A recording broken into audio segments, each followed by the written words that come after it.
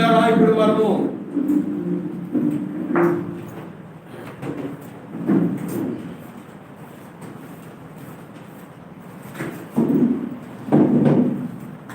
హల్లెలూయా హల్లెలూయా హల్లెలూయా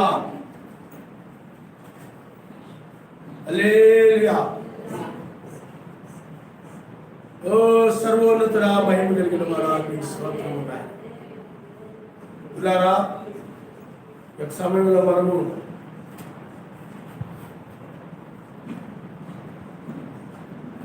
ప్రసంగి పరమగీతము 5వ అధ్యాయము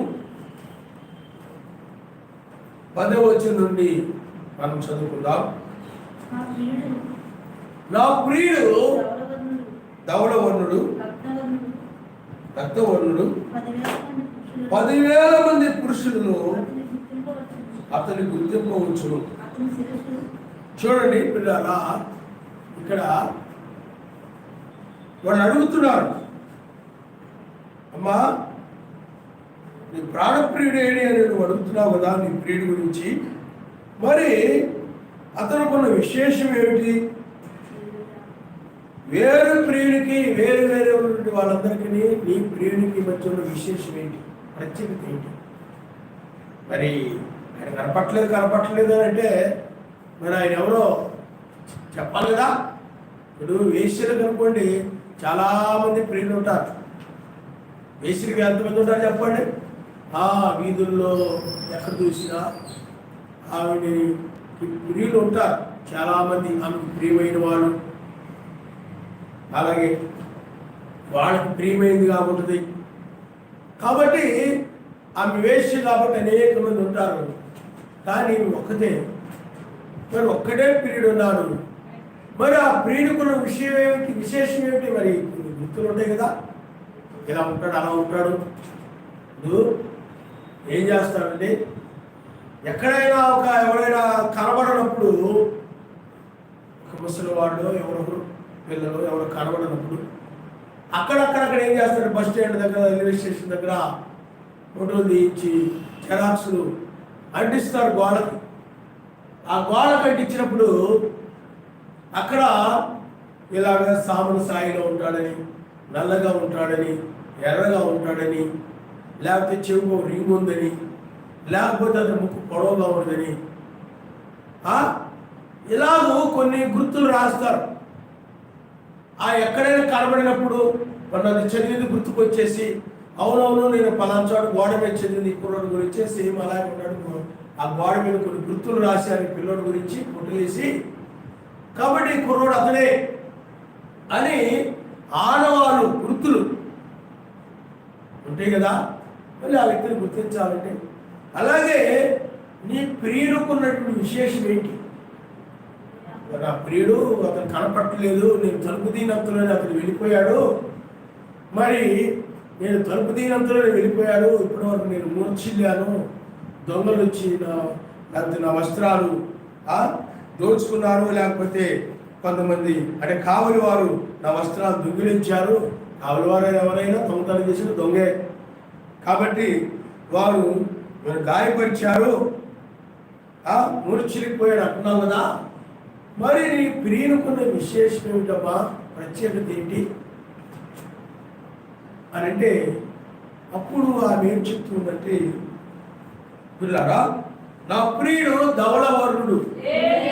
అంటే ఏ వర్ణత కలిగిన వాడు చెప్పండి, ఏ రంగులో ఉంటాడు? ధవళవర్ణుడు, రత్నవర్ణుడు. అంటే ధవళం అంటే ప్రకాశవంతమైనటువంటి, తెల్లగా ప్రకాశించేటువంటి ఆ రంగు కలిగిన వాడు అతడు అని చెప్తుంది. అంతేకాకుండా అతడు రక్తవర్ణుడు, అంటే రత్నవర్ణుడు, రత్నవర్ణుడు అంటే అతడు ఎర్రనివాడు. అతనుకున్న విశేషమైన గుర్తుల గురించి ఆమె చెప్తూ ఉన్నప్పుడు అతని మిగతా ఉన్నటువంటి వారందరికీ, మిగతా చాలా మంది పురుషులు ఉన్నారు కదా, లోకంలో ఎంతో మంది పురుషులు ఉంటారు కదా, ఎంతో మంది పెళ్లి కానటువంటి ప్రియులు ఉంటారు కదా, కానీ నీకు యొక్క ప్రియుడి యొక్క విశేషం ఏమిటి, అతను ఎలాంటి వాడు, ఏమిటి అతని విశేషం ఏమిటి అని అడిగితే, అతడు ధవళవర్ణుడు, రత్నవర్ణుడు. 10,000 మంది పురుషుల్లో ఉన్న అతన్ని గుర్తించవచ్చు. 10,000 మంది పురుషుల్లో ఉన్న అతన్ని గుర్తించవచ్చు. అంటే ఆ ధవళ వర్ణుడు అంటే ఆ తెల్లని రంగు, లేకపోతే ప్రకాశవంతమైన రంగు కానీ, ఆ ఎర్రని రంగు కానీ, అంటే ధవళ వర్ణుడు, రత్నవర్ణుడు. ఆ యొక్క ధవళ వర్ణుడు, రత్నవర్ణుడు అంటే ఆ యొక్క రంగులు కలిగిన వాడు మరి ఎవ్వరూ లేరు. అతనంత ప్రత్యేకమైన వాడు, అంత విశేషమైన వాడు. మిగతా వారిలో ఆ రంగు ఎవరికి లేదు, ఆ స్వభావం ఎవరికి లేదు. అలాంటి ఉన్నతమైన వాడు 10,000 మందిలో ఉన్నప్పటికీ కూడా అతన్ని గుర్తించవచ్చు. ఆయన అంటే అంత ప్రత్యేకమైన వాడు. ఇప్పుడు ఆయన వధువు కూడా ప్రత్యేకమైందే. ఆయన వధువు కూడా 10,000 మంది స్త్రీలలో కూడా ఆమె ప్రత్యేకముగా, అంటే ఆయన ఏ వర్ణంలో ఉన్నాడో అదే వర్ణం, అదే రంగులో కూడా ఈమె కూడా ఉంటుంది అనమాట. ఈమె వేశ్య కాదు. ఎవడు కనబడితే వాడు అంటబడేటువంటి వేశ్య కాదు. కాబట్టి ఈమె కూడా ప్రత్యేకమైంది. అయితే నల్లని దానినైన శూలమతి అంటే నల్లని, కానీ అయినప్పటికీ కూడా ఆమె ఒక విశేషత ఉన్నది, విశేషమైనటువంటి గుర్తుంది. కాబట్టి అది ఆయన కలిగినటువంటి గుర్తే. కాబట్టి ఇక్కడ ఈమె చెప్తూ ఉంది 10,000 మందిలో ఉన్నప్పుడు కూడా గుర్తించవచ్చు. ఆ తెలుపు దేనికి సాదృశ్యంగా ఉంది? పరిశుద్ధతకు సాదృశ్యం, నీతికి సాదృశ్యంగా ఉంది. అతడు నీతిమంతుడు, నీతిగా కనబడతాడు. అతడు రత్నవర్ణుడు అంటే రక్తము కార్చిన వాడు, అంటే రత్నవర్ణుడు ఎర్రని వాడు. అది పరిశుద్ధాత్మకు గుర్తు.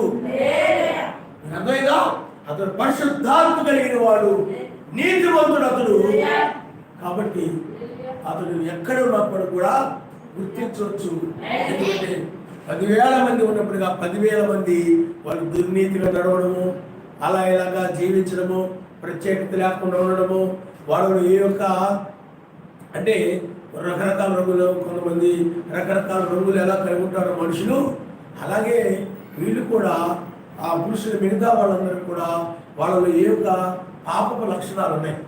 అన్యాయం చేసేయడము, మోసం చేయడము, పాపము, కక్షలు, ద్వేషము, గర్వము, దురాలోచనలో ఇలా తిరుగుబాటు స్వభావము, లేకపోతే ఏ యొక్క లోకాశలో ఈ యొక్క ఏ యొక్క దుర్లక్షణాలు ఉన్నాయి, చెడ్డ లక్షణాలు ఉన్నాయి అందరిలో. కానీ ఈయనలో ఏ పాపము కనబడినటువంటి వాడు అనమాట. ఏ పాపము లేదు, అతి పరిశుద్ధుడు, ఏ పాపము లేనివాడు. కాబట్టి 10,000 మందిలో ఉన్నప్పుడు కూడా ఆయన్ని గుర్తించవచ్చు. హల్లెలూయా.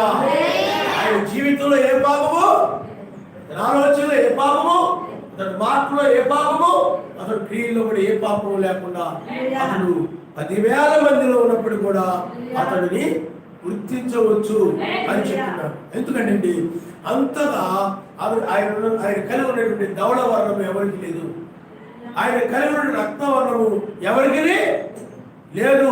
అంత విశేషమైనటువంటి ప్రత్యేకత కలిగిన వాడు. అందుకని అవి చెప్తూ ఉన్న ఆయన ఎలాంటి వాడు. అలాగే నీవు కూడా ఆయన ఎలాంటి వాడు నువ్వు కూడా ఎరిగి ఉండాలి. నీకు అర్థమైందా? నీకు లోకంలో ఎవరెవరు ఎలాంటి వాడో చెప్పేస్తావు. మీ బంధువుల్లో ఎవరు ఎలాంటి వాడో తెలుసు నీకు, లేకపోతే మీకు కాలేజీలో ఎవరు ఎలాంటి వాడో తెలుసు, స్కూల్లో ఎవరు ఎలాంటి వాడో తెలుసు, ఆడేలాంటి వాడు, వీళ్ళు ఎలాంటి వాడు అందరి గురించి తెలుసు. కానీ ఆయన ఎలాంటి వాడో నీకు తెలియదు.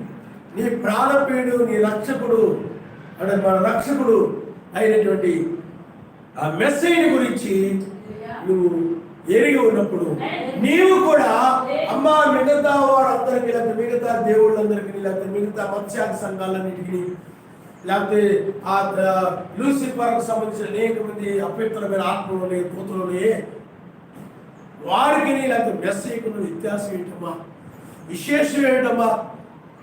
అదే లోకంలో అనేక మంది పురుషులు ఉన్నారు కదా, రకరకాల పురుషులు ఉన్నారు. కానీ ఆయనకి మెస్సీకి మధ్య ఉన్నటువంటి విశేషమైన ప్రత్యేకత ఏమిటమ్మానంటే ఆమె చెప్తుంది, ఆయన ధవళవర్ణుడు, రక్తవర్ణుడు, 10,000 మందిలో ఉన్నా కూడా నేను గుర్తుపడతాను ఆయన్ని. ఆయన నాకు దేని బట్టి గుర్తుపడతానంటే ఆయన కలిగి ఉన్న నీతిని బట్టి నేను గుర్తుపడతాను. ఆయన కలిగి ఉన్నటువంటి ఆ రక్తవర్ణము, ఆ కలిగి ఉన్న దానిని బట్టి, ధవళవర్ణము కలిగి ఉన్న దాన్ని బట్టి, దానిని బట్టే ఆయన నేను గుర్తిస్తాను. ఎందుకంటే ఆ విశేషమైనటువంటి రంగులు ఎవరికి లేవు, ఆయనకి మాత్రమే ఉంటాయి. హల్లెలూయా. అంతే విశేషమైన వాడు మనం సేవించున్నవాడు, మిగతా పురుషుల్లా కాదు. చాలా మంది ఏం చేస్తారు చెప్పండి, లోకంలో ఎవరు కనపడితే వాళ్ళని నా ప్రియుడు అని వాళ్ళు ఎంటబడిపోతూ ఉంటారు. లేకపోతే వాళ్ళని ప్రేమిస్తూ ఉంటారు. ఎవరు వస్తున్న పిల్లలు కూడా, లేకపోతే ఎక్కడికైనా వెళ్ళినా వాళ్ళని ప్రేమిస్తూ ఉంటారు. ఆ విధంగా ఉంటూ ఉంటారు. ఎందుకంటే వీళ్ళకి విశేషత ఏమి ఉండదు, ఎవరిని పెడితే వాళ్ళే ప్రేమిస్తూ ఉంటారు. ఈ వల్ల కాదు, ప్రత్యేకమైనటువంటి మెస్సేని ప్రేమించి విశేషమైన గుణాలు ఉన్నాయి ఆయనకి. ఎవరికి లేని గుణాలు ఉన్నాయి ఆయనకి, ఎవరికి లేనటువంటి కార్యం. ఎందుకనండి ఆయన పరిశుద్ధుడు, ధవళవర్ణుడు, తెల్లని రంగు కలిగిన వాడు, తెల్లని వస్త్రములు కలిగిన వాడు, ఆయన రత్నవర్ణుడు. కాబట్టి అతను ఎక్కడున్నా కూడా మీరు గుర్తించవచ్చని ఆ ప్రియుడి గురించి ఆమె చెప్తూ ఉంది. 1000 మందిలో ఉన్నప్పుడు కూడా నేను గుర్తిస్తాను. 1000 మందిలో ఉన్న ఆయన వంటి వారు ఎవరు లేరు కాబట్టి గుర్తించవచ్చు.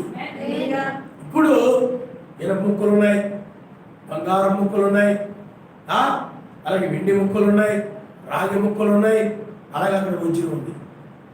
కాబట్టి వజ్రాన్ని అన్ని లోహాల మధ్య ఉన్నప్పటికీ కూడా ఆ వజ్రాన్ని నువ్వు గుర్తిస్తావు. ఎందుకంటే వజ్రం అనేటువంటిది, ఆ వజ్రం అనేటువంటిది ప్రత్యేకమైనది, మిగతా వాటి వల్ల కాదు.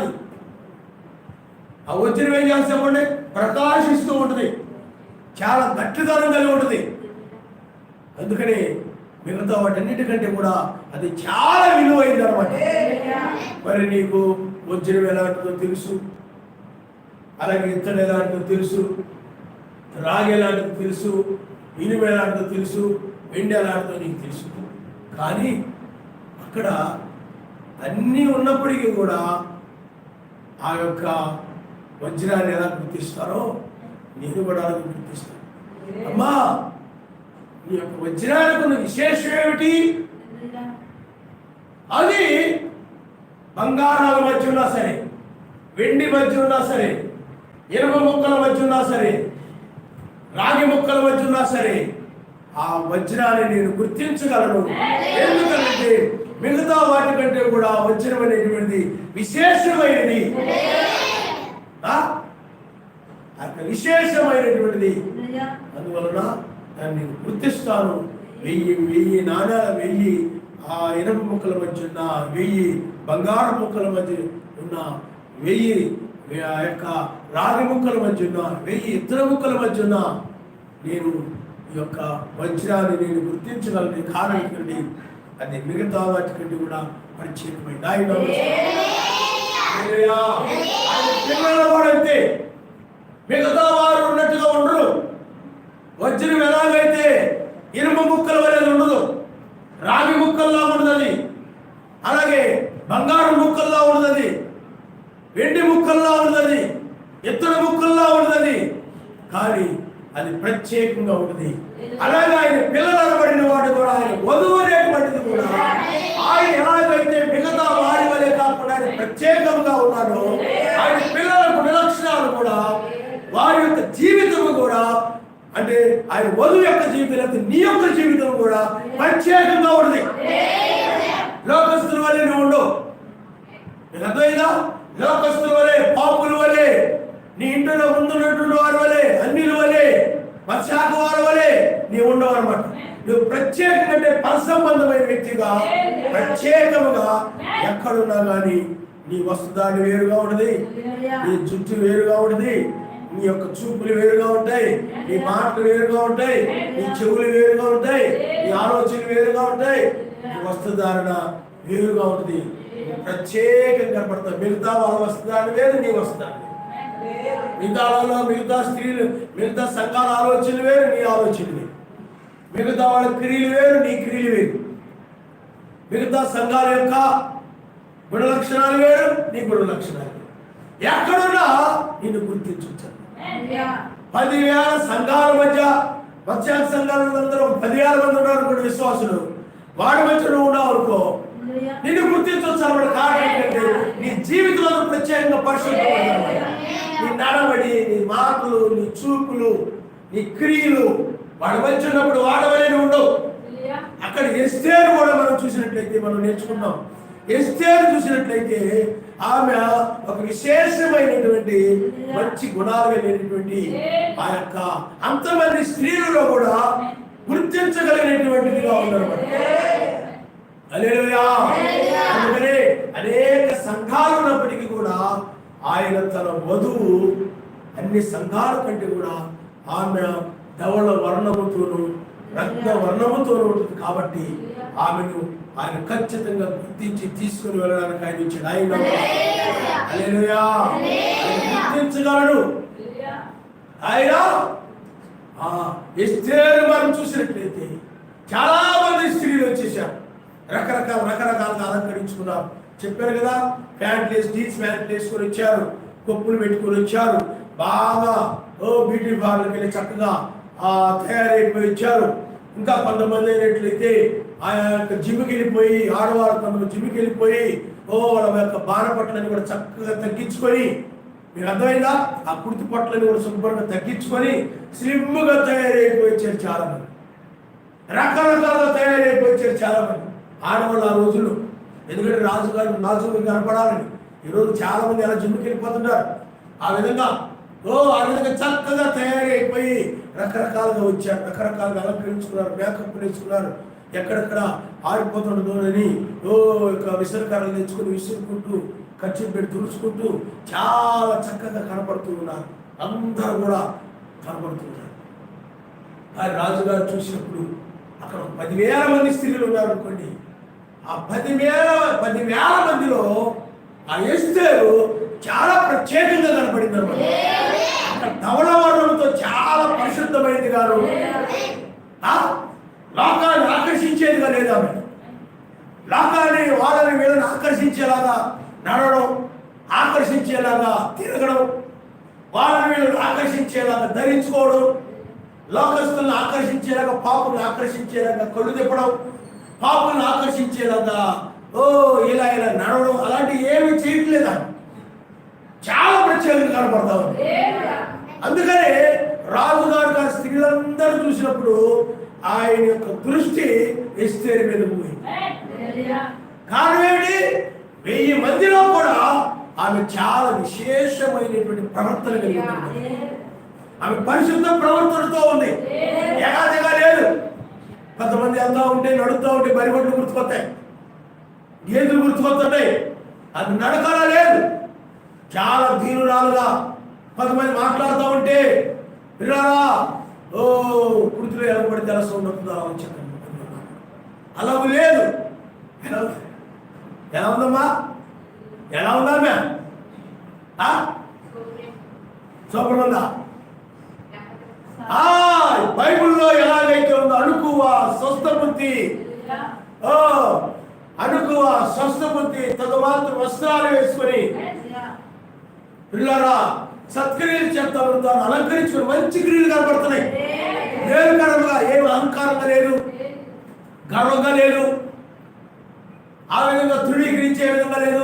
ఒక దీనురాలుగా చాలా ప్రేమ కలిగి ఒక అధికారం చెలాయించేటువంటి స్త్రీని కాకుండా, ఉపదేశించాలనేటువంటి లక్షణాలు కలిగిన స్త్రీని కాకుండా, అవి మంచి చాలా సామాన్యమైనటువంటి అంటే సామాన్య దీనురాలుగా, మంచి ప్రార్థనా పరులాగా.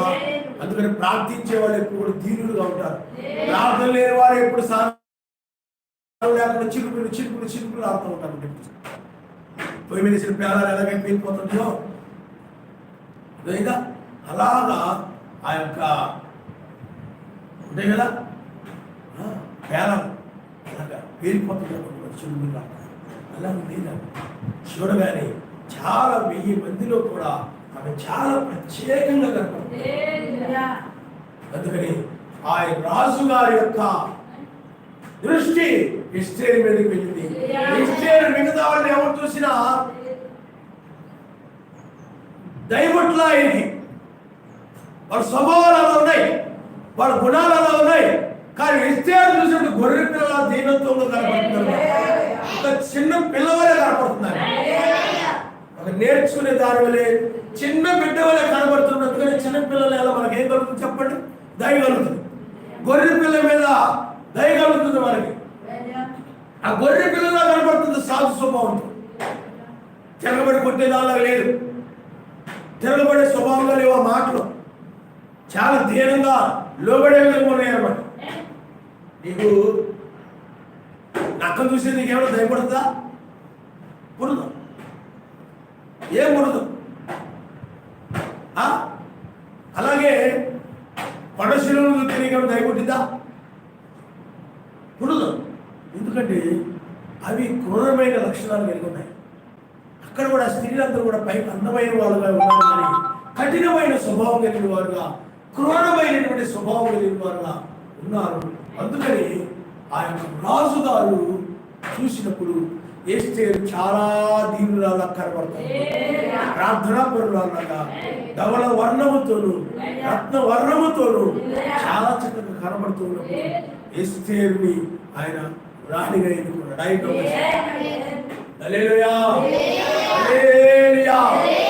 అందువల్ల ఆయన ఎలాంటి వధువు కావాలి, ఆ వధువును తీసుకుని వెళ్ళడానికి ఆయన వచ్చాడు. ఆయన ఎన్నుకోవడంలో ఆయన గుణ లక్షణాలు తెలిసిపోతుంది. ఆయన ఒక ధవళ వర్ణము కలిగినటువంటి రత్న వర్ణము కలిగినటువంటి స్త్రీని, లేకపోతే ఒక సంఘాన్ని, లేకపోతే వధువుని, ఒక సమాజాన్ని ఆయన ఎన్నుకుంటున్నాడు. ఆయన అలాంటి వాడే అర్థం. ఆయన స్వభావం ఏంటో, ఆయన గుణం ఏంటో మనకు అర్థమవుతుంది. 10,000 మందిలో కూడా అవి చాలా ప్రత్యేకంగా మిగతా స్త్రీల వల్ల లేదు, మిగతా వాళ్ళ వల్ల వస్త్రధారణ లేదు, మిగతా వాళ్ళే కొమ్ములు కలిగి లేదు, మిగతా వాళ్ళందరూ కొమ్ములు గర్వని కొమ్ములు కలిగి ఉన్నారు. ఎందుకంటే పొడిసేసేలా ఉన్నారన్నమాట. వాళ్ళందరూ కూడా తుమ్మేసేలా ఉన్నారు. క్రూరమైన స్వభావంతో ఉన్నారు స్త్రీలందరూ కూడా. వాళ్ళందరూ వల్ల ఇవి లేకుండా ప్రత్యేకముగా ఉన్నది. ఓ ఎస్తేరు యొక్క స్వభావము, ఆమె ప్రత్యేకమైన స్వభావం. ఇక్కడ మెస్సేజ్ కూడా అందుకని ఆ యొక్క 10,000 మంది స్త్రీలను ఎస్తేరును ఎలాగ గుర్తించవచ్చో, అలాగే 10,000 మంది పురుషుల్లో కూడా మెస్సేజ్ గుర్తించవచ్చు, లేకపోతే గుర్తించవచ్చని.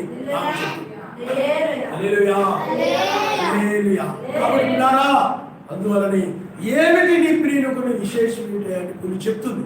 అందులో ఏంటంటే అతడు ధవళవర్ణుడు, రత్నవర్ణుడు. 10,000 మందిలో కూడా అతన్ని గుర్తించవచ్చు. చాలా మంది ఎవరు ప్రేమలో పడితే వాళ్ళు ప్రేమలో పడిపోతున్నారు. కానీ ఆమె ఎలా కాదు, ఆయన ప్రేమలో పడింది. పరసంబంధమైన రాజు, భూసంబంధమైన రాజు, పరలోక సంబంధమైన రాజు, భూసంబంధమైన వధువు. ఈమె పేదది, ఆయన ధనవంతుడు. ధనవంతుడు వచ్చి ఒక పేద వధువుని ఆయన ఎన్నుకున్నాడు. ఆయన రోమన్ క్యాథలిక్ సంఘం ధర్మ కలిగిన సంఘం, పెంతెకోస్తు సంఘం ధర్మ కలిగిన సంఘం, బాప్టిస్ట్ సంఘం ధర్మ కలిగిన సంఘం, లూథరన్ సంఘం ధర్మ కలిగిన సంఘం అన్నిటిని కూడా తిరస్కరించారు. కాబట్టి నీ ప్రియునుకున్న విశేషం ఏమిటమ్మా అంటే 10,000 మందిలో ఉన్న ఆయన్ని గుర్తించవచ్చు. అందుకని ఆమె 10,000 మందిలో రాణిగా కనబడింది. నక్షత్రాలు ఉన్నాయి, చంద్రుడు నక్షత్రాలు ఉన్నాయి, అలాగే చంద్రుడు ఉన్నాడు, సూర్యుడు ఉన్నాడు. పిల్లారా, ఎన్ని నక్షత్రాలున్నా సూర్యునికి ఉన్నటువంటి గుణం వేరు, సూర్యునికి ఉన్న విశేషమైనటువంటి ఆ వెలుగు వేరు, నక్షత్రాల వెలుగు వేరు. అందుకని మనం సూర్యుని వెలుగు మనం చూస్తున్నాం. సూర్యుని కంటే ఇంకా గొప్ప ఉంటాయి అంటారు పైన, ఇంకా వెలుగు, ఇంకా ఎంత ప్రకాశిస్తూ ఉన్నాయంటే, ఇంకా ప్రయాణంలో ఉన్నాయంటే ఎప్పుడు భూమి మీద జాగ్రత్త తెలియదు, అంత దూరాలు ఉన్నాయంటే కొన్ని. అలాగా కాబట్టి చూడండి సూర్యుడు, అలాగే చంద్రుడు చూడండి, నక్షత్రాల మధ్య చాలా ప్రత్యేకంగా నువ్వు ఆ లక్షల కోట్ల కొన్ని కోట్ల నక్షత్రాల మధ్య చంద్రుడిని మనం గుర్తించవచ్చు. చాలా విశేషంగా కనబడుతుంటాడు. సూర్యుని బట్టే చంద్రుని ప్రకాశిస్తుంటాడు. మనం కూడా ఆ నక్షత్రాలు మనకి ఛాయగా ఉండడం కోసమే ఆయన సృష్టించాడు. హల్లెలూయా. సామెత చెప్పింది గట్టి చెప్పమంటారు చాలాసార్లు. హల్లెలూయా. చెప్పిన దాన్ని బట్టి మిగతా వాళ్ళు కూడా పురి పర్వాలేదు. ఎందుకంటే కొంతమంది అలా బండలా కూర్చొని ఉంటారు. బండల కథ అలా కూర్చొని ఉంటారు, ఆలకిస్తూ ఉంటారు, అలా లీనమైపోయి స్థుతి కథ ఏంటంటుంటారు అన్నది నా గురించి చెప్తున్నారు. ఎందుకంటే వాక్యము వాళ్ళ ఆత్మ ఒకటైనప్పుడు ఆమె చెప్తారు అన్నమాట. కానీ ఆత్మ చల్లారిపోయే వాళ్ళు చెప్పలేరు. ఎందుకంటే వాక్యం వేరు, అలా వాళ్ళ ఉన్న ఆత్మ వేరు. లోకాత్మ మీద ఉందనుకుంటే అలా కూర్చొని ఉంటారు, చెప్పరు. మౌనంగా చేతులు స్థుతించడం అలా కూర్చొని ఉంటారు. కొన్ని సందర్భాలు చెప్తుంటారు, కొన్ని సందర్భాలు కూర్చొని ఉంటారు. అలాగా వీళ్ళు అలా మీరు ఆలోచన చేయండి.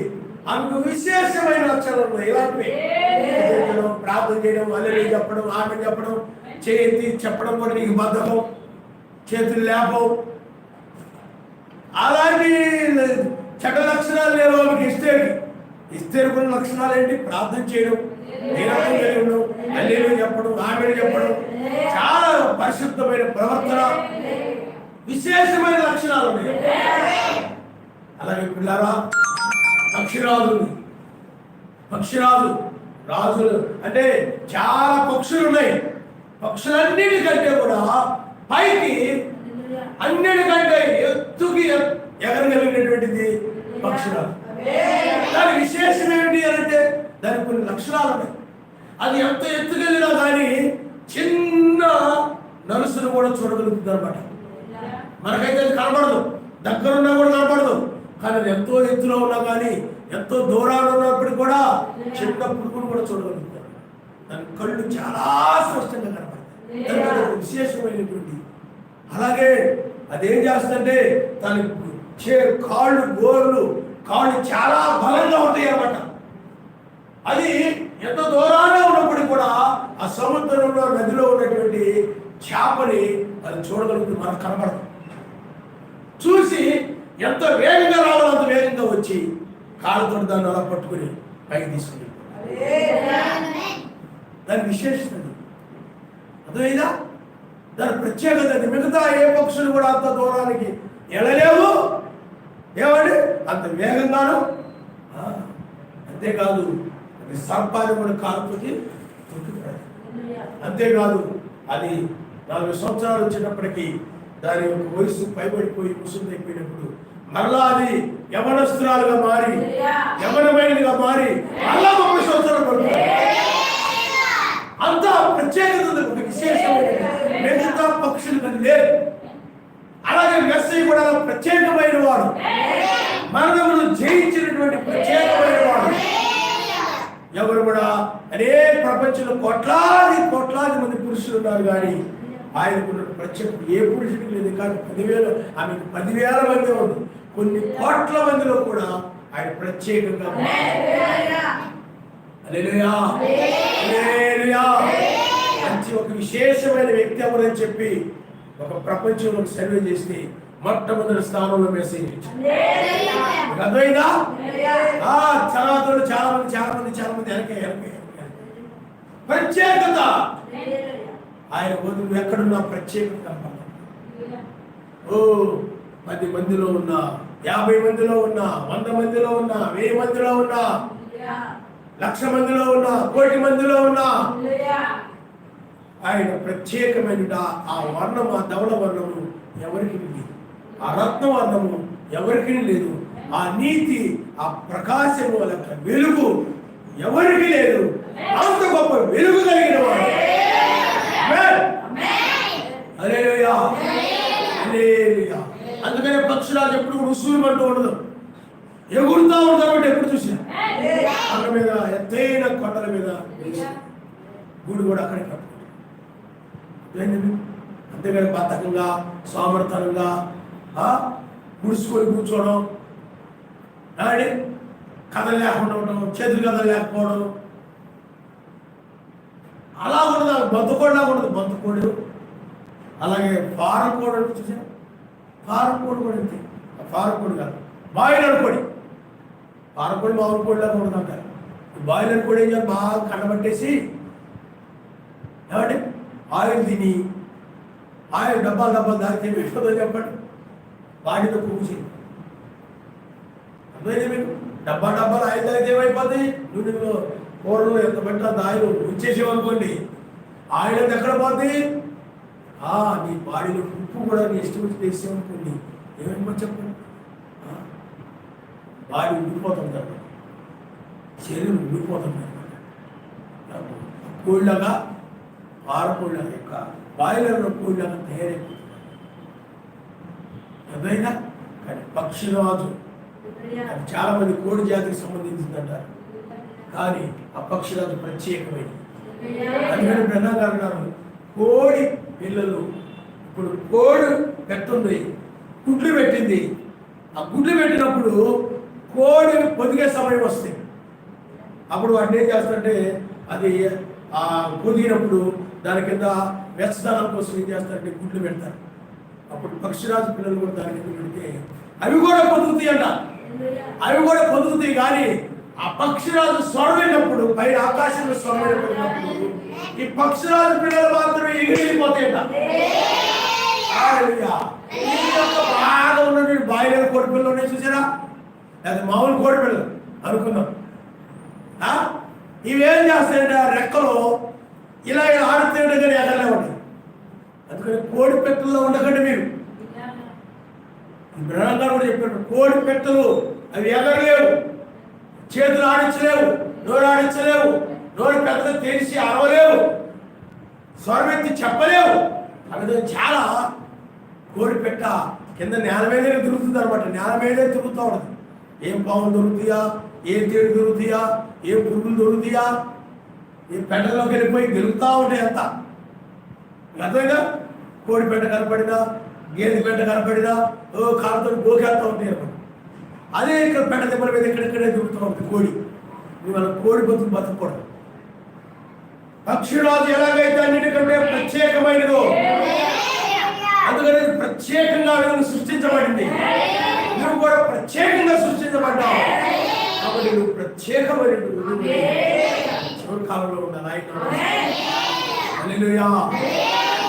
ప్రత్యేకించబడినావా ప్రియమైన యేసయ్యా,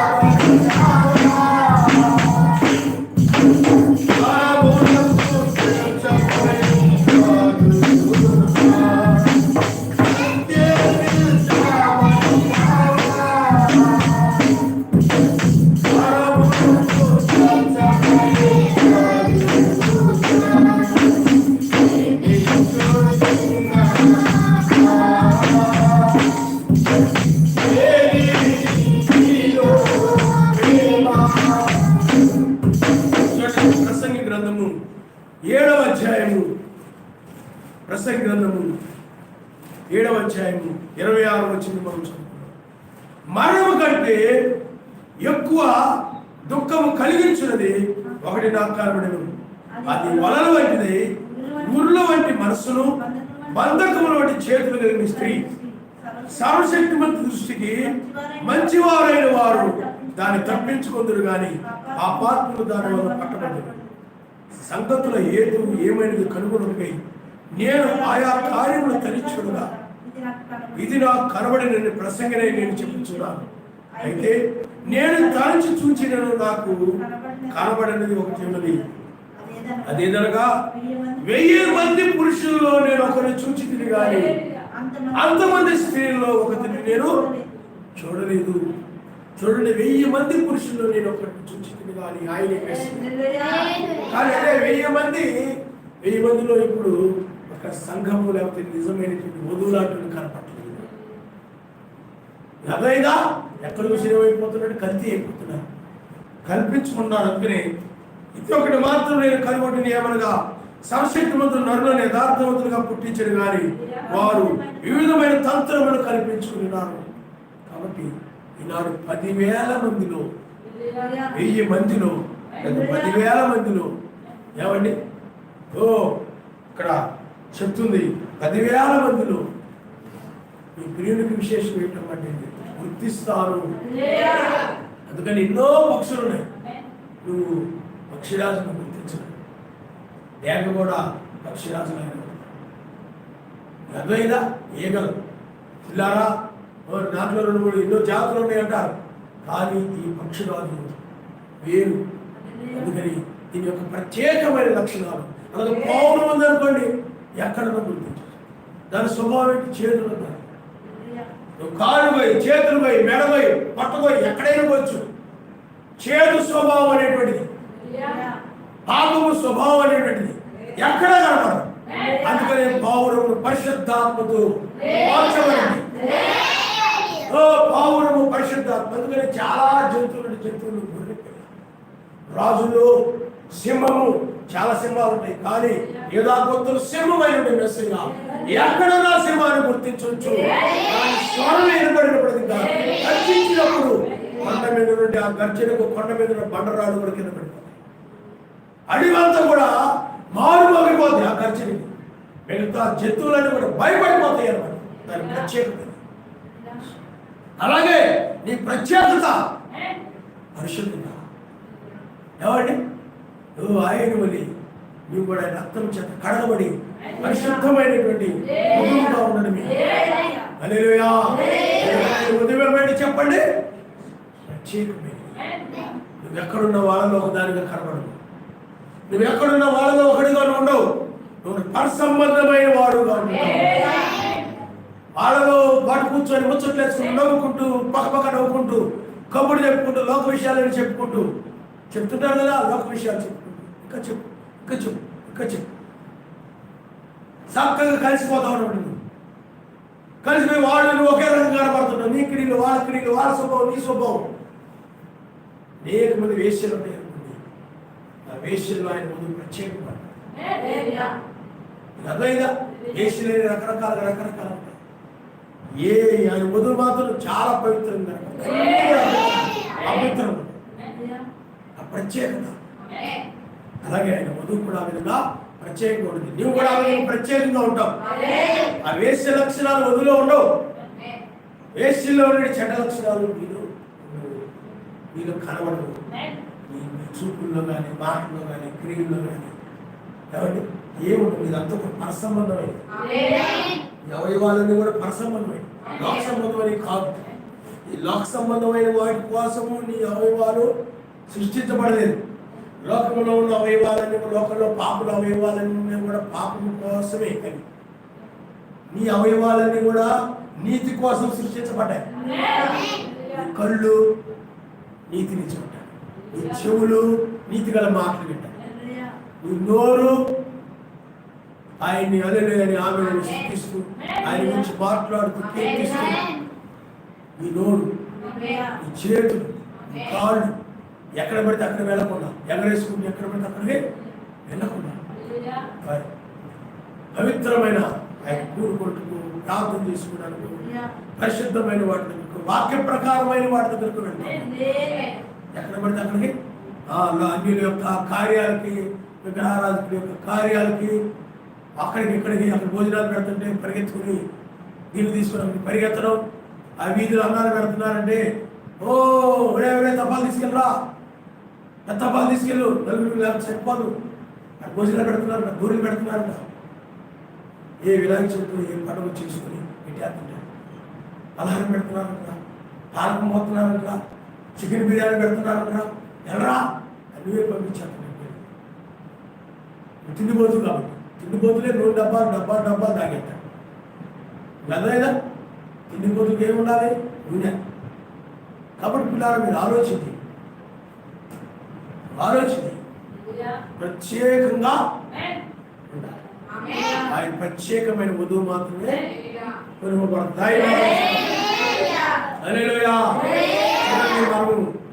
అంటే మన లక్షణాలు ప్రత్యేకంగా ఉండాలి. లోపల మనుషుల మధ్య ఉన్నా కానీ నీ లక్షణాలు ఎలా ఉంటాయి చెప్పండి? నీ చూపులు, నీ మాటలు, నీ క్రియలు, నీ ఆలోచనలు, నీ ప్రవర్తన, కూర్చోవడము, నడవడము. చెప్పాను కదా, బర్రెలు నడిచినట్టు నడుపుతారు మనం. అయ్యో గుర్తుపత్తుగా నడుపుతుంటే అలా ఉండకూడదు. నీ నడక ఎలా నడవాలి? మెస్సీయులే హల్లెలూయా, హల్లెలూయా. చూడండి, అలాగే మగాళ్ళ ప్యాంట్లు వేసుకొని తిరగడం, జీన్స్ ప్యాంట్లు వేసుకుని ఆడడం, అర్థమైందా? అలాంటి లక్షణాలు నీకు, అలాంటి యేసు తిరగాలను అనుకో. అవి పురుష వస్త్రాలు ధరించుకున్నాడు. నువ్వు ఒక స్త్రీగా కనపడతావు, ఒక స్త్రీగా. కానీ ఇప్పుడు ఎక్కడ చూసిన స్త్రీలు వాళ్ళు పురుష వస్త్రాలు ధరించి పురుషులు వెళ్ళి తిరుగుతున్నారు. పంజాబ్ డ్రెస్సులు వేసుకొని పురుషుల్లాగా తిరగడం, నడవడం చేస్తూ ఉంటారు. కానీ ఆయన వధువు దైవభక్తి కలిగిన వస్త్రాలు ధరించి ప్రత్యేకత. అందువల్ల నీ వస్త్రాలను బట్టి చూడండి, నీవు ప్రత్యేకంగా నువ్వు చెక్కబడ్డావు. ఆయన కోసం నువ్వు తయారు చేయబడ్డావు, ఆయన కోసం నిర్మించబడ్డావు. ఆ పక్షురాలు ఎలాగైతే పైకి ఎగరడానికి ఒక ప్రణాళిక ప్రకారం తయారు చేయబడిందో, అలాగే సింహము కూడా ఎలా తయారు చేయబడిందో, వజ్రం కూడా ఎలా తయారు చేయబడిందో, ఆయన కూడా ఎలాగైతే సృష్టించబడ్డా, ఆయన కూడా తను సృష్టించుకుని వచ్చాడు. నీవు కూడా అలాగే ప్రత్యేకంగా తయారు చేయాలి. కాబట్టి పిల్లలు నువ్వు ఆలోచన చేయి, ఎక్కడున్నావో నువ్వు ఆలోచన చేయి.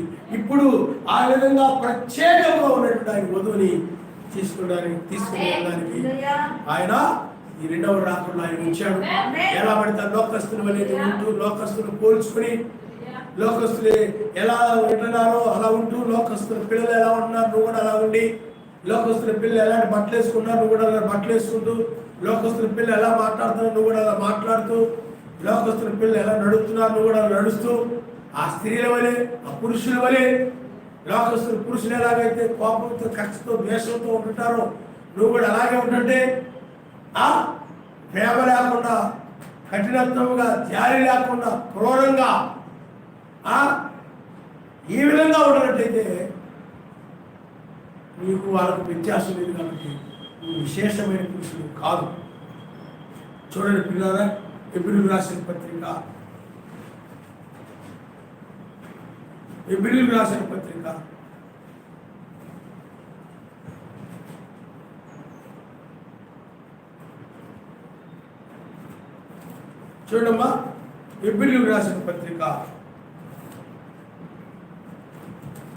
5వ అధ్యాయము 7వ వచనం చూడండి.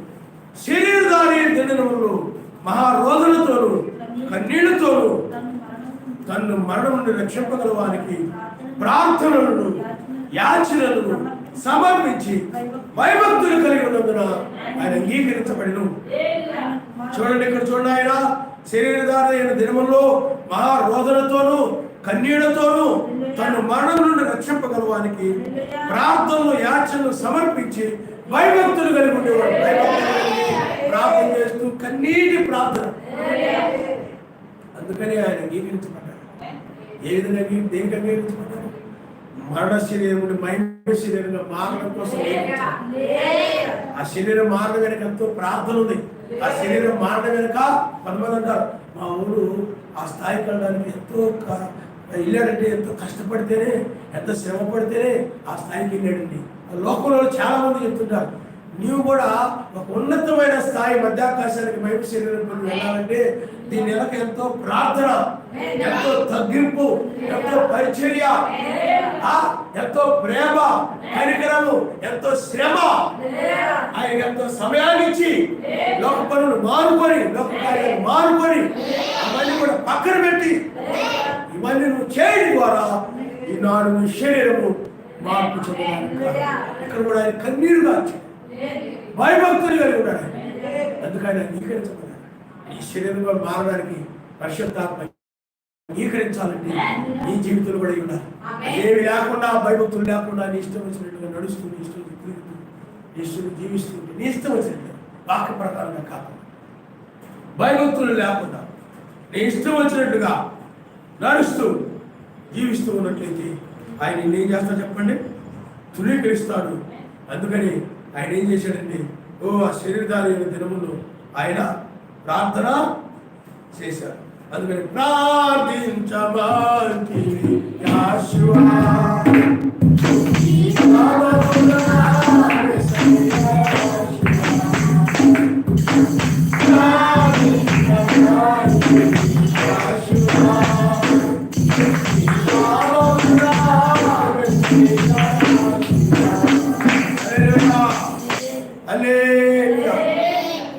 అలాగే 26వ వచనము 7వ అధ్యాయం 26వ వచనము హెబ్రీయులకు రాసిన పత్రిక 7వ అధ్యాయము 26వ వచనము పవిత్రుడు, నిర్దోషియు, నిష్కల్మషుడు, పాపుల్లో ప్రత్యేకముగా ఉన్నవాడు, ఆకాశ మండలం కంటే మిక్కిలి చేయని వాడునైనా ఇంటి ప్రధాన యాజకుడు మనకు సరిపోయిన వాడు. ఎలా ఉన్నాడంట? ఏ విధంగా ఉన్నాడంట? లోకస్తులాగా ఉన్నాడు మెస్సియా. లోకస్తులాగా కోపంతో, సహనం లేకుండా, కక్షతో, గర్వంతో, అసూయతో, ద్వేషంతో తను తను హెచ్చించుకొని ఆ విధంగా ఉన్నాడు మెస్సియా. ఏడు సహనము కలిగి ప్రార్థించేవాడుగా, ప్రేమ కలిగిన వాడుగా, ప్రత్యేకమైన వాడుగా, ఓ పవిత్రుడును, నిర్దోషుడు, నిష్కల్మషుడు, పవిత్రుడిగా ఉన్నాడు. పవిత్రుడుగా ఉంటే ఈయన పవిత్రుడుగా గుర్తించవచ్చు ఈజీగానే. అర్థమైనా? అందరూ అపవిత్రమైన మాటలు, అపవిత్రమైన ఆలోచనలు గుర్తించడం అందరు క్రైస్తవులందరికీ నాడు అదే విధంగా. కానీ ఆయన వధువు పవిత్రంగా ఉంటుంది. అప్పుడు 10,000 మందిలో ఉన్న మీరు గుర్తించవచ్చు. హల్లెలూయా. నిర్దోషియు, ఆయనలో ఏ దోషము లేదు, ఆయనలో ఏ పాపము, ఆయన పిల్లల్లో కూడా నీలో కూడా ఏ పాపము కనపడదు.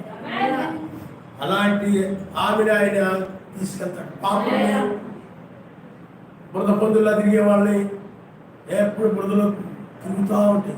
అలా లోకంలో తిరిగే పందులు తీసుకెళ్ళాలి. దోషం, మురికి, లోక మురికి బైబిల్లో పందులతో పోల్చబడింది. లోక మురికి, లోక పాపము, లోక క్రియలు, ఆ లోక క్రియల మురికి అవన్నీ పూసుకొని పందుల్లా తిరిగేటువంటి బురద బురదలు తిరిగే పందుల్లాగా, లోకంలో తిరిగేటువంటి పందుల్లాగా తీసుకెళ్ళాలి. దొర్లుతూ తిరుగుతుంది. లోకం కావాలి, మురికి కావాలి. మురుగుంట్లు ఎక్కడ దొరుకుతాయా? మురుగుంట్లు ఎక్కడ దొరుకుతాయా? మురికి చెత్త ఎక్కడ పడేశారా? చెత్త ఎక్కడ పడేశారా? దానికి వెళ్ళి ముద్దు పెట్టి తిప్పేద్దాం, ఏమంటే తిరిగేద్దాం. ఏమి ఎదుగుతున్నాయి? బురద బొట్టలే ఎదుగుతున్నాయి, మురికొండలే ఎదుగుతున్నాయి. అలాగే ఈ లోకం మురికిని ఎదుగుతూ ఉంటారు చాలా మంది. మురికి ఎక్కడ దొరుకుతుందా? లోకం. పాపం ఎక్కడ కనపడతా? పాపం ఎక్కడ జీవిద్దామా? పాపం ఎక్కడ నడుద్దామా? ఇక్కడ క్రైస్తవ సంఘాలన్నీ అదే పంతుల్లాగా దొరుకుతుంది. కానీ ఆయన వధువు ఎలా చెప్పండి? నిర్దోషమైనది. ఏ దోషంలో ప్రత్యేకంగా ఉన్నాను. హల్లెలూయా. అది బురద పందిలాగా గొర్రె ఎప్పుడు బురదలోకి వెళ్తాం.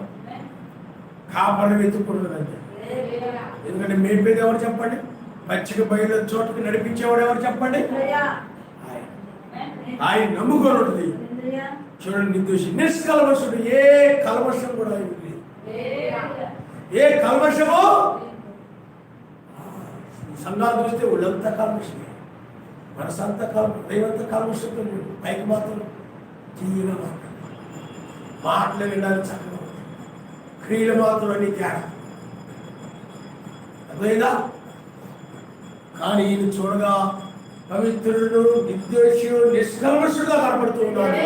కానీ మిగతా వాళ్ళందరిలో చూసినట్లయితే సంఘాల్లో కానీ జనుల్లో చూసినప్పుడు అపవిత్రత, దోషాలు, కల్మషాలు, చెడుతనం అంతా కనపడుతూ ఉంది, దుష్టత్వంతో వాళ్ళలో కనపడుతూ ఉంది. కాబట్టి అందుకని ప్రత్యేకంగా ఉండాలి.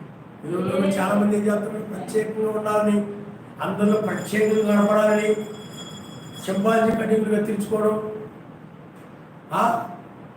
మూహిడి లాంటి పచ్చడులు తయారు చేస్తారు. లేకపోతే ఏమైనా దీన్ని బొచ్చులు ఉంటాయి కదా, బొచ్చులు, వాటిని పందులకు నీళ్ళు పెట్టడం, కోళ్ళకు నీళ్ళు పెట్టడం, అలాంటి బొచ్చులాగా చుట్టూరు గుండుగా చేయించేసి పైన బొచ్చెలా ఉంటుంది అనమాట. ఇలా మా అబ్బాయి చాలా బాగున్నాడు, 300 కాదు 500 ఇచ్చాను, 500 ఇచ్చినా పర్లేదు, చాలా చక్కగా కనపడిపోతున్నాడు. మరా శిల్పి తీరా అక్క బాబు కటింగ్ చేయించుకోవచ్చు కదా, బాగుంది, ఈ టీషర్ట్లలో బాగున్నారా, అమ్మ బాబు, డాడీ బాబు, ఆల బాబు, ఏల బాబు, వైజాగ్ బాబు, విజయవాడ బాబు,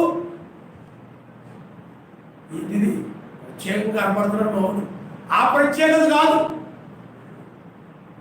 ఆమె చూడు ఎంత ప్రత్యేకంగా ఉందో. ఆమె చీర, డ్రెస్సు, ఐబ్రో చెప్పుకొని ఎన్ని చాలా ప్రత్యేకంగా. ఈ ప్రత్యేకత కాదు, లోకరీతిగా ఇవి తగిలించుకొని ప్రత్యేకంగా పడాలనుకోవడం కాదు. గంగిరెద్దుల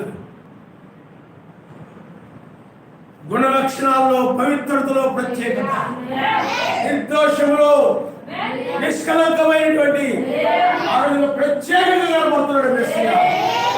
ఆయనకున్నటువంటి విశేషం ఏమిటంటే పవిత్రత. పవిత్రుడు ఏ దోషము కనపడదు, ఏ కల్మషము కనపడదు, చాలా పవిత్రంగా ప్రత్యేకముగా ఉంటాడు. పక్షులన్నీ పక్షుల కంటే ప్రత్యేకమైనది. శరీరం వల్ల నిర్మించబడింది, అవయవాల నిర్మించబడ్డాయి.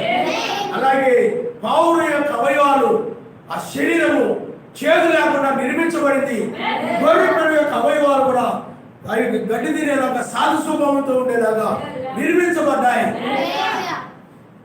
అలాగే ఇలా చంద్రుడు, సూర్యుడు ఆ వెలుగునిచ్చే విధంగా ప్రత్యేకంగా సృష్టించబడ్డారు. వజ్రం కూడా సృష్టించబడింది. నీ అవయవాలు కూడా, ఈ కళ్ళు కూడా ఆయన కళ్ళు ప్రత్యేకమైన సృష్టించబడ్డాయి. అలా అందరూ పాపాలు చూసినప్పుడు ఏం చేస్తా చూడండి. ఎవరైనా మగవాళ్ళు చెడ్డ చూపు చూస్తున్నారు, సహోదరుడు అయితే పర్లేదు. సహోదరుడిగా కాకుండా కొంతమంది ఎలా ఉండే, ఎలా చూస్తున్నారు, ఎలా చూస్తారు, వీళ్ళు కావాలి. ఇంటి ముందు వాళ్ళు, ఇంటి అనుకోవాలి, ఇంటి పక్క వాళ్ళు ఏం చేస్తారు, ఇలా చూస్తారు. నీ కళ్ళు ప్రత్యేకమైనది కాదు, నసేకడు కాదు, నీ చూపు ప్రత్యేకమైనది కాదు, ప్రత్యేకంగా సృష్టించబడదు. నువ్వు ప్రత్యేకంగా సృష్టించబడ్డావు అనుకో, అలాంటి చూపుని ఎంకరేజ్ చేయాలి. ఖజులు అని గుడ్లు, పెద్ద గుడ్లు చేస్తారు, పెద్ద గుడ్లు. నీ ప్రత్యేకత, నీ అవయవాలు ప్రత్యేకముగా చూడండి. ఆ పక్షిరాజు అవయవాలు, రెక్కలు ఆకాశం ఎక్కడానికి, ఆ చూపు కూడా ఆకాశం వైపు చూసుకుని మిగతా పక్షుల్లాగా నేల చూపుతుంటారు. అర్థమైందా? అందరి చెవులు, గొర్రె యొక్క చెవులు అవి కాపరిని చూసి వెంబడించవు, స్వరాన్ని విని వెంబడిస్తుంటే. మీకు అర్థమైందా? చూసి కాదు, నా గొర్రె నా స్వరం విని నన్ను వెంబడించడం. ఎందుకనంటే మనుషులు పోలిన మనుషులు ఉంటారు, 7 ఉంటారంట. ఆ కాపరి దాంట్లో ఇంకా 4 కాపర్లు ఉంటారు. కాబట్టి ఇలాగే ఉన్నారు కదా, నన్ను ఎండబడిపోతే ఉన్న ఆవిడ వాళ్ళ ఆయన చనిపోయాడంట. ఆయన చాలా ప్రేమ అంట. చనిపోతే అలా ఆయన లాంటి చనిపోతాడంట. ఆడితో పాటు వెళ్ళిపోతుంది. ఎక్కడికి అక్క వెళ్ళిపోతున్నావు అంటే, ఉండవే మీ బావలో ఉన్నాడు, ఉండవే మీ బావలో ఉన్నాడు, వెళ్ళిపోతుంది కూడా.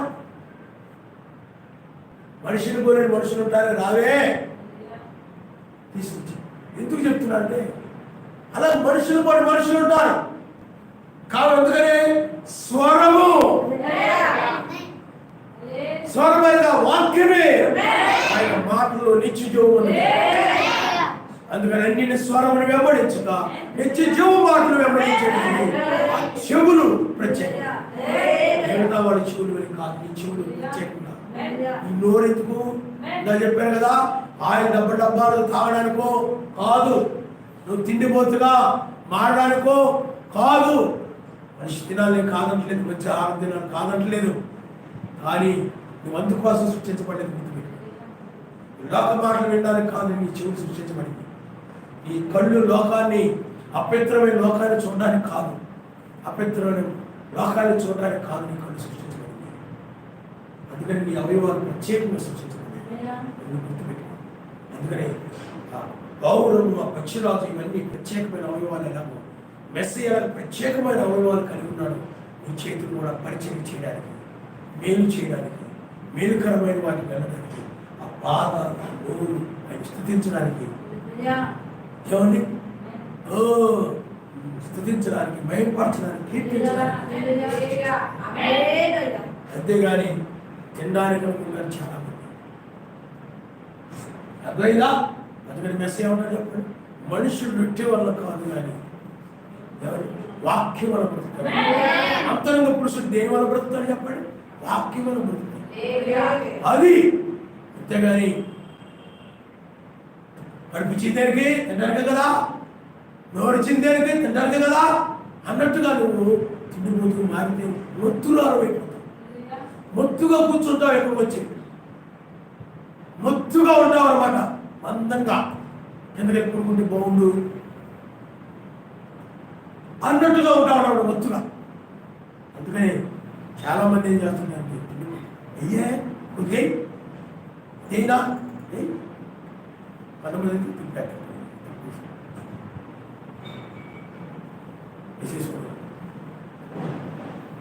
వాళ్ళ అవయవాదాలు సృష్టించబడ్డాయి. దేశీయ అవయవాలు ఏ విధంగా సృష్టించబడ్డాయి? కన్నులు ఆ పెద్దలు చూడడానికి సృష్టించబడ్డాయి. అంతే. నన్ను నోరు బుద్ధి తిట్టడానికి, లోకం మాట్లాడడానికి, లోకం మాట్లాడడానికి ఎక్కడ వెళ్ళొచ్చావా అని అనుకుంటే వెళ్ళా అని అంటారు. ముందంతా కట్ట అలా మాట్లాడతాను చాలా పాస్టర్. హల్లెలూయా, హల్లెలూయా. నోరుని స్పష్టంగా మనం ఆయన్ని అలాగే చేతులని కూడా లోకానికి వార్త చూడండి, ఎగబడి ఎగబడి ఎగబడి ఎగబడి చేశాడు. పనులు చేసుకోవద్దని అనలేదు. ఆ అవయవాలు సృష్టించబడే ఆ చేతులు, ఆ కాళ్ళుగా సృష్టించబడ్డాయి. మరియా ప్రత్యేకంగా సృష్టించబడ్డాయి. అది పనులు చేసుకోవద్దు కాదట్లేదు, కానీ మొదటగా ఆయనకి అందుకే మెసేజ్ అవసరమైనది ఒక్కటే. మారుతా నువ్వు విస్తారమైన పనులు కల్పించుకున్నావు. ఈరోజు చాలా మంది ఉంటారండి, నన్ను ఆ పని పిలిచారు, మీరు ఈ పని పిలిచారు, ఆడు పిలుస్తున్నారు, వీళ్ళు అడుగుతున్నారు, ఆళ్ళు అడుగుతున్నారు, నాకు ఖాళీ లేదు. ప్రార్థన రండి, పాస్టర్ గారు చెప్తున్నారు బుధవారం శనివారం అని, నువ్వు పనికి వెళ్ళిపోతున్నావు, రావచ్చు కదా. నాకు కుదరదు, నువ్వు అడుగుతున్నా, ఎక్కడికి వెళ్ళాలో నాకే అర్థం కావట్లేదు. అతను అది సృష్టించబడ్డాడు. అర్థమైందా? అదే నువ్వు మరి అదే అందుకంటారు ఆయన అవసరమైంది ఒకటి. అలాగే కొంతమంది అంటారు, నాకు అక్కడ పని ఉంది, ఇక్కడ పని ఉంది, మీకేమో వెళ్ళిపోతారమ్మా, బోడి పని ఉంది, మార్కెట్ పెట్టాలి, ఇక్కడ రావాలి, అక్కడ రావాలి, అన్నీ నేను చేసుకోవాలి అని ఉంటారు. ఏంటి దానికోసం నాకు సృష్టించబడాలి, అలా పరిగెడుతూ ఉంటారంట. నీవు అలా కాదు, ఆయన సన్నిధికి వచ్చి ఆరాధించుకు వస్తే ఆయన ఇవ్వవలసిన సమయానికి ఇవ్వడానికి శివుడు సమయంలో నువ్వు అందరికి సృష్టించబడ్డావు. అందుకని అందరికి సృష్టించబడ్డాయి కాబట్టి ఆ వాక్యానికి 2 చేతులు ఎత్తి